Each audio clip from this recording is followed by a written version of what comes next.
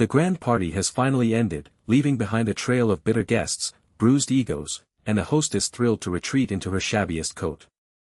I'm Clifford, and today we are listening to Chapter 15 of Rhoda Broughton's Victorian romance, Doctor Cupid. Chapter 15.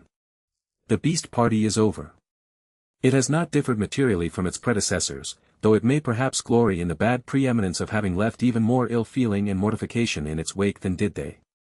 The little Evanses, indeed, bless its memory, gobbling the bonbons and strutting about the vicarage garden in the masks and fools' caps that they have extracted out of its crackers.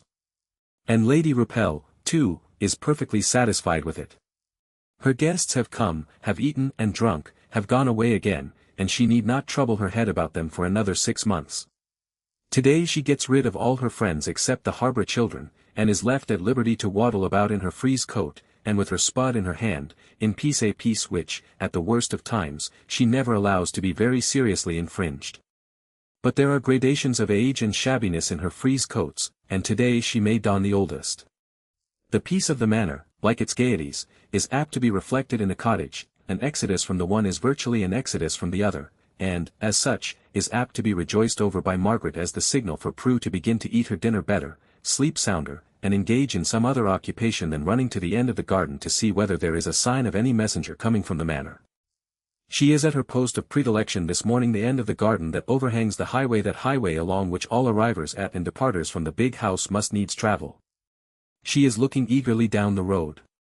"Prue," cries her sister from under the Judas tree, where she is sitting, for a wonder, unoccupied. "Yes," replies Prue, but without offering to stir from her post of observation. "Come here. I want to talk to you." "In a minute, directly by and by." A few moments pass.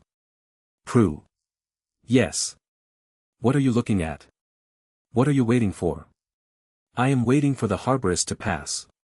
I want to kiss my hand to Lady Betty as she goes by, she asked me to."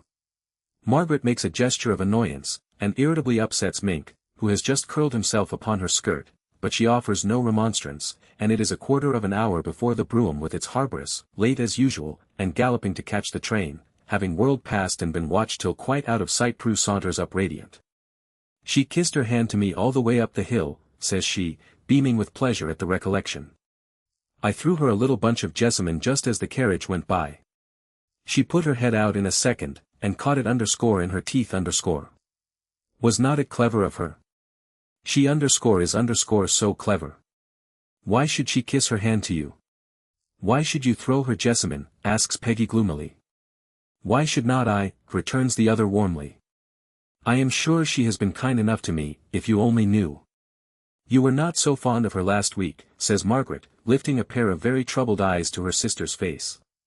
"Have you already forgotten the 3 days running that she robbed you of your ride?" "I cannot think how I could have been so silly," returns Prue, with a rather forced laugh. "Of course, it was a mere accident. He says he wonders how I could have been so silly. He was dreadfully hurt about it. He says he looks upon her quite as an elder sister." "An elder sister," echoes Peggy, breaking into a short angry laugh. "The same sort of elder sister, I think, as the nursery maid is to the life guardsman." "I cannot think how you can be so censorious," retorts Prue, reddening. "He says it is your one weakness.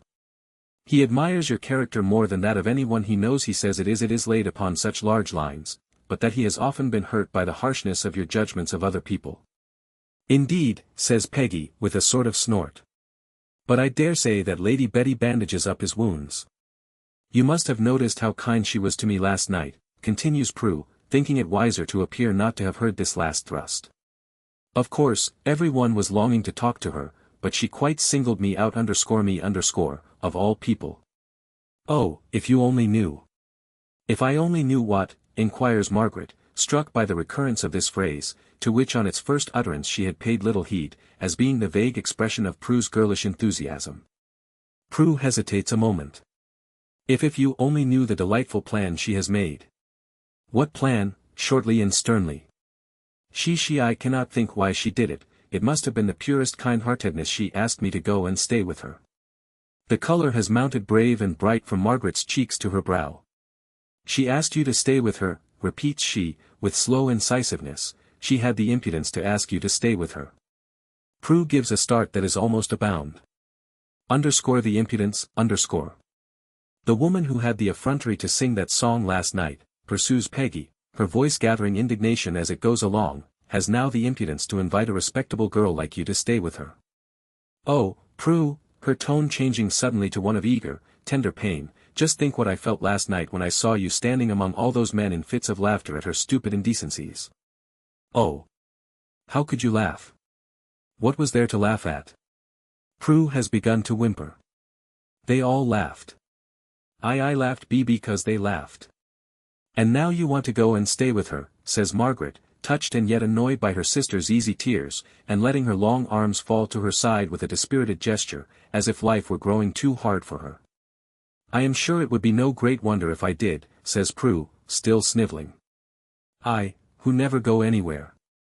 She Lady Betty I mean could not believe it when I told her I had only been to London twice in my life, and he says that the Harbouress is the pleasantest house in England.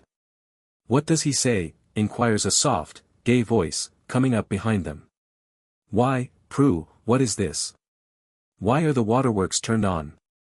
It is early in the day for the fountains to begin playing, and Freddie Duquesne, the flower-like Freddie with his charming complexion, his laughing eyes, and his beautifully fitting clothes, stands between the agitated girls. He has taken Prue's hands, both the one that contains the small damp ball of her pocket handkerchief and the other. But she snatches them away and runs off. You seem to have been having rather a quick thing, says the young man, bringing back his eyes from the flying to the stationary figure. The latter has risen.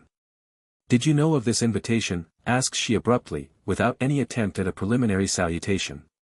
I do not much like that dagger-and-bowl way of being asked questions, returns Freddie, sinking pleasantly into the chair Margaret has just quitted.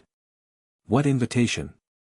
You know perfectly well what invitation, retorts she, her breast beginning to heave and her nostril to quiver, while her pendant right hand unconsciously clenches itself. Freddie has thrown back his curly head, and is regarding her luxuriously from under his tilted hat, and between his half-closed lids. I wish you would stay exactly as you are for just 2 minutes, he says rapturously. I never saw you look better in my life. What a pose! And you fell into it so naturally, too. I declare, Peg, though we have our little differences, there is no one that at heart appreciates you half as much as I do. I suppose that you suggested it, says Margaret sternly, passing by with the most absolute silent contempt her companion's gallantries, and abandoning in the twinkling of an eye the admired posture which she had been invited to retain. I suggested it, repeats Freddie, lifting his brows. Knowing my Peggy as I do, should I have been likely to call the chimney-pots down about my own head? But you knew of it. You had heard of it. I dare say I did. I hear a great many things that I do not pay much attention to. And you think that Lady Betty Harbour would be a desirable friend for Prue, says Peggy in bitter interrogation, and unintentionally falling back into her Medea attitude, a fact of which she becomes aware only by perceiving Freddie's hand covertly stealing to his pocket in search of a pencil and notebook to sketch her. At the sight her exasperation culminates. She snatches the pencil out of his hand and throws it away. Cannot you be serious for one moment, she asks passionately. If you knew how sick I am of your eternal froth and flummery. Well, then, I am serious, returns he, putting his hands in his pockets, and growing grave, and if you ask my opinion, I tell you, with an air as if taking high moral ground, that I do not think we have any of us any business to say, stand by. I am holier than thou. It has always been your besetting sin, Peggy, to say, stand by. I am holier than thou. Has it? Very drilly.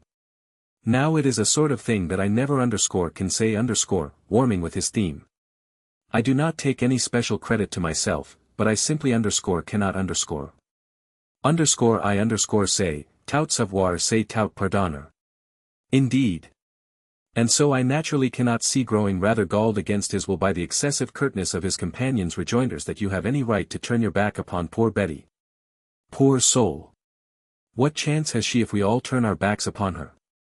And so Prue is to stay with Lady Betty to bolster up her decayed reputation, cries Peggy, breaking into an ireful laugh. I never heard of a more feasible plan. I think we ought all to stand shoulder to shoulder in the battle of life, says Freddie loftily, growing rather red.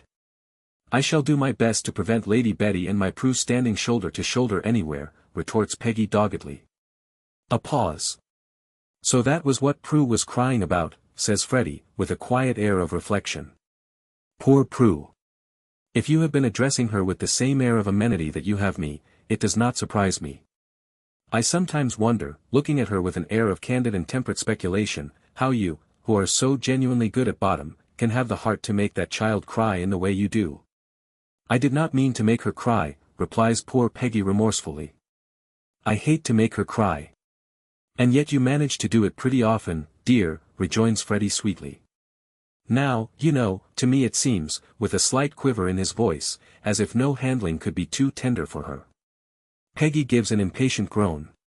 At his words, before her mind's eye rises the figure of Prue waiting ready dressed in her riding habit day after day watching, listening, running to the garden end, and crawling dispiritedly back again, the face of Prue robbed of its roses, clipped of its roundness, drawn and olden before its time by Freddie's tender handling. A bitter speech rises to her lips, but she swallows it back. Of what use? Can the Ethiopian change his skin, or the leopard his spots? Another pause, while Margaret looks blankly across the garden, and Freddie inhales the smell of the mignonette, and scratches Mink's little smirking grey head. At length. So you do not mean to let her go, says the young man interrogatively. I think not, replies Peggy witheringly. If I want her taught ribald songs I can send her to the alehouse in the village, and I do not know any other end that would be served by her going there. Freddie winces a little. I dare say you are right, he rejoins blandly.